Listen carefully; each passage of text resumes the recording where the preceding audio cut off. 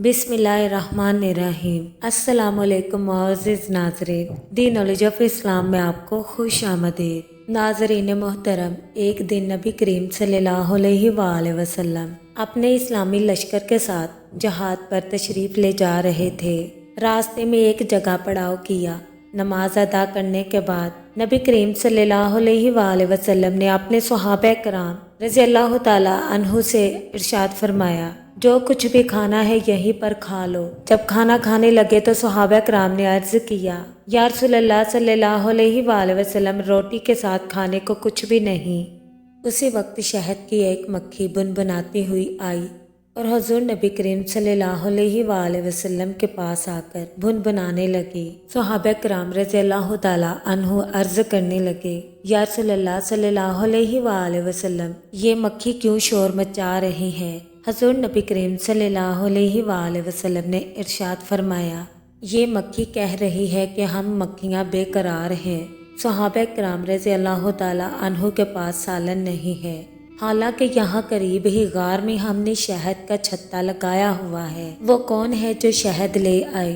क्योंकि हम खुद आप सल्लल्लाहु अलैहि वसल्लम की खिदमत में शहद पेश नहीं कर सकती।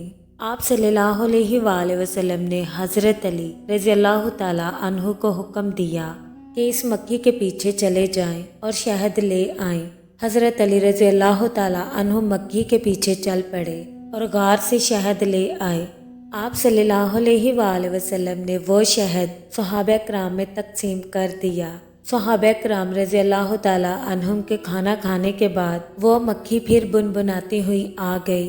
सहाबा कराम रज़ी अल्लाह ताला अन्हु ने अर्ज किया, या रसूलल्लाह सल्लल्लाहु अलैहि वसल्लम, ये मक्खी अब क्यों शोर कर रही है? आप सल्लल्लाहु अलैहि वसल्लम ने फरमाया, मैंने इस मक्खी से एक सवाल पूछा था कि फूल कड़वे भी होते हैं और फीके भी होते हैं और कुछ बदमज़ा भी, तो ये तेरे मुंह में जाकर नहायत शीरीं और साफ शहद कैसे बन जाता है? तो मक्खी ने जवाब दिया, या रसूलल्लाह सल्लल्लाहु अलैहि वसल्लम, हमारा एक अमीर और सरदार है और हम उसके ताबे हैं।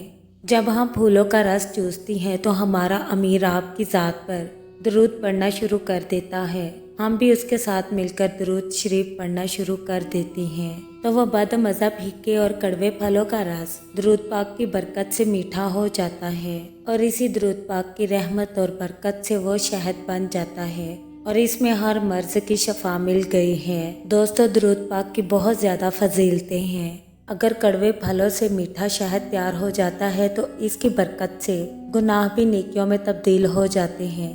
दोस्तों, दरूद पाक नबी करीम सल्लल्लाहु अलैहि वसल्लम की ज़ात मुबारका से मोहब्बत का एक ज़रिया भी है।